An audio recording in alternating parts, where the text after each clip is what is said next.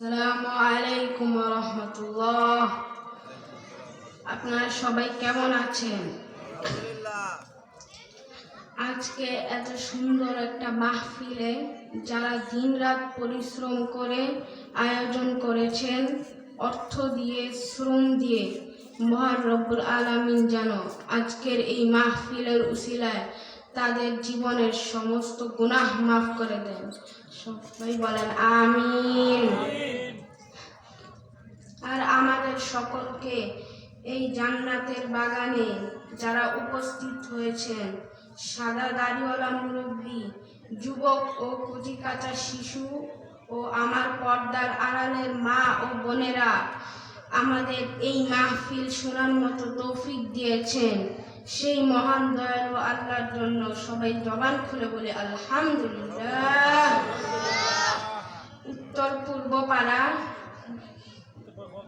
উত্তর পূর্ব গলদাপাড়া নূরে মদিনা শাহী জামি মসজিদের উদ্যোগে চতুর্থ বার্ষিক ওয়াজ মাহফিলে উপস্থিত সম্মানিত সভাপতি ও অতিথি বৃন্দ এবং আমাকে যিনি এই মাহফিলে আমন্ত্রণ জানিয়েছেন, আমার চাচা মোহাম্মদ কুদরত আলী সাহেব সহ সকলকে দীর্ঘ নেক হায়াত দান করুক, আমিন।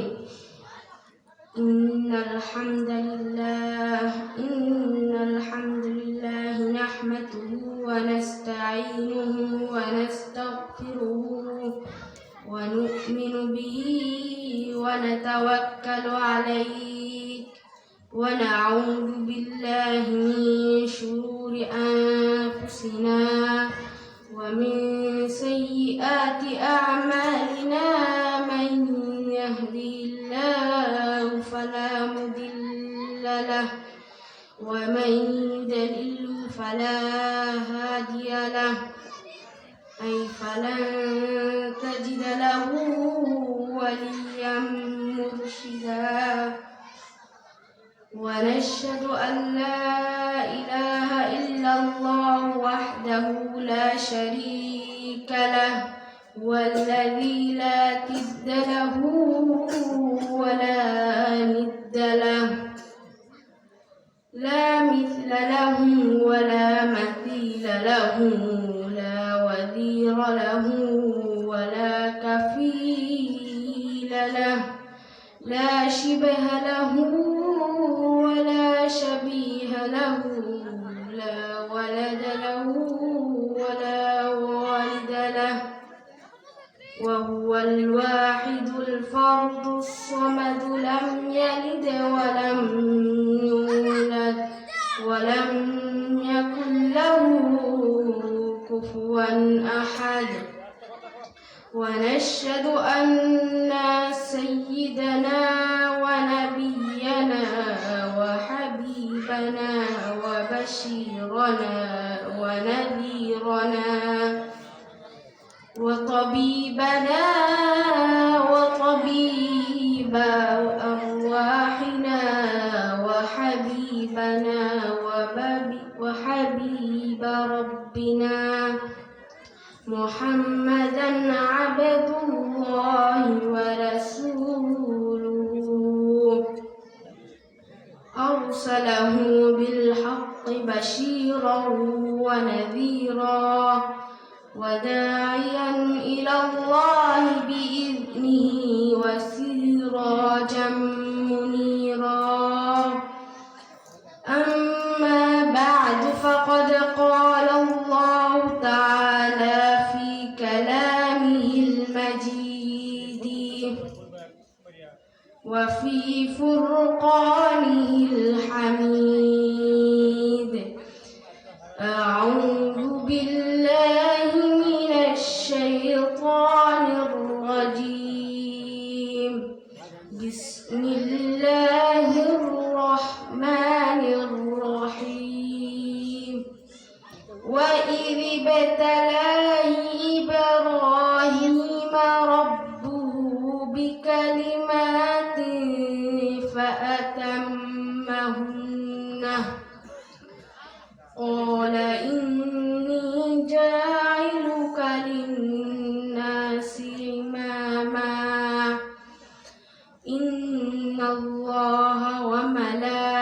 وملائكته يصلون على النبي يا أيها الذين آمنوا صلوا عليه وسلموا تسليما اللهم صل على محمد وعلى آل محمد كما صليت على إبراهيم وعلى آل إبراهيم إنك حميد مجيد اللهم بارك على محمد وعلى آل محمد كما باركت على إبراهيم وعلى آل إبراهيم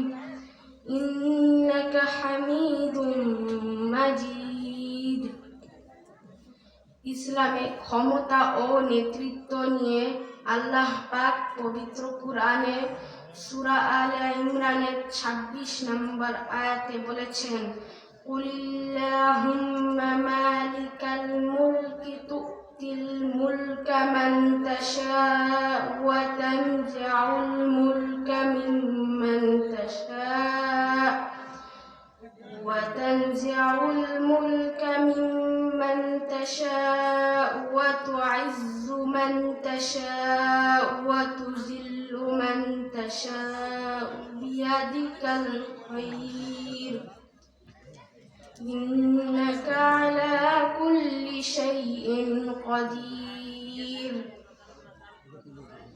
হে নবী বলুন আল্লাহ এই সার্বভৌম ক্ষমতার মালিক তুমি যাকে ইচ্ছা রাজ্য দান করো এবং যার কাছ থেকে ইচ্ছা রাজত্ব ছিনিয়ে নাও যাকে ইচ্ছা তুমি সম্মানিত করো আর যাকে ইচ্ছা লাঞ্ছিত করো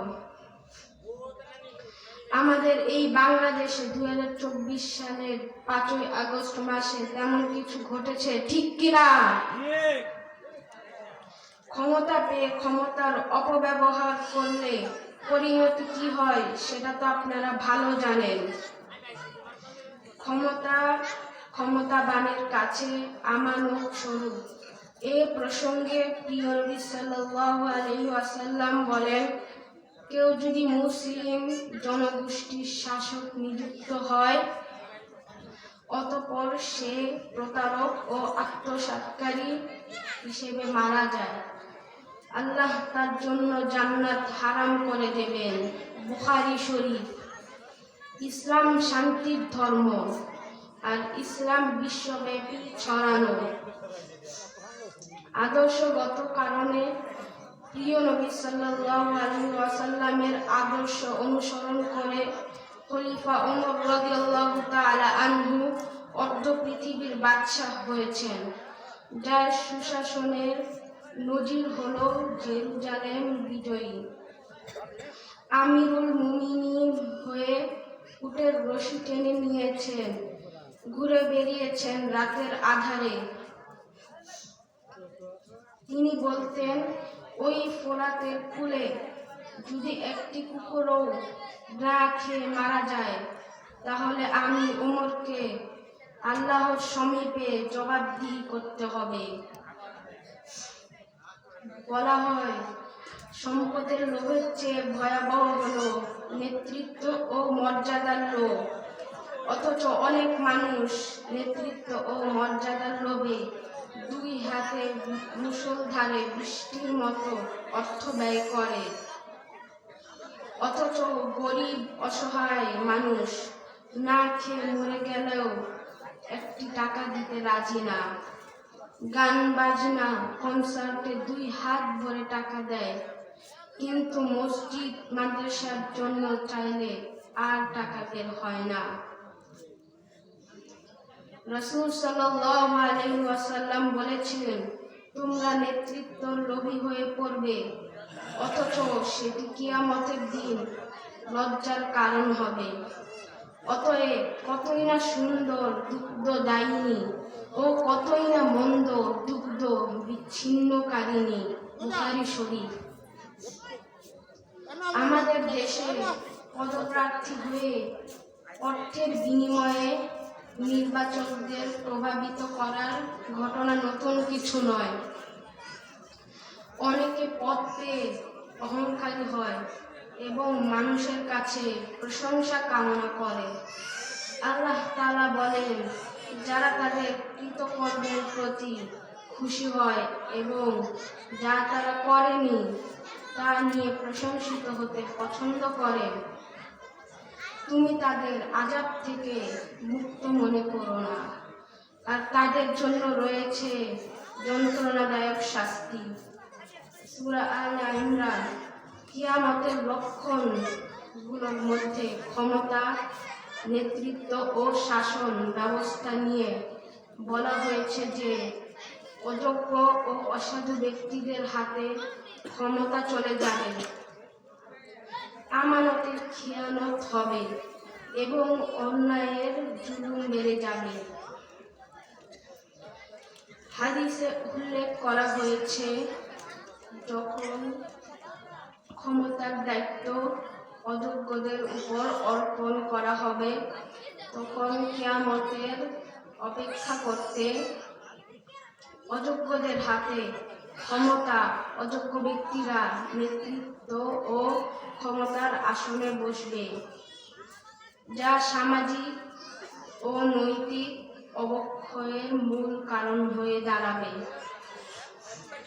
আমানতের খেয়ানত, ক্ষমতার অপব্যবহার এবং আমানত বা দায়িত্ব সঠিক স্থানে না দিয়ে স্বজনপ্রীতি ও দুর্নীতির মাধ্যমে অযোগ্যকে দায়িত্ব প্রদান করা, শাসকরা অহংকারী হয়ে উঠবে এবং সাধারণ মানুষের উপর অত্যাচার করবে। এতক্ষণ যা আলোচনা করেছি, আর আগামী 12 তারিখে জাতীয় নির্বাচন, আমরা চাই ভালো মানুষ ক্ষমতায় আসুক আর দেশের মানুষ শান্তিতে বসবাস করুক। আল্লাহ সকলকে সঠিক বুঝ দান করুক। আমিন। আমার জন্য সবাই দোয়া করবেন। ওয়া আখির দাওয়ানা আনিল হামদুলিল্লাহি রাব্বিল আলামিন। আসসালামু আলাইকুম ওয়া রাহমাতুল্লাহ।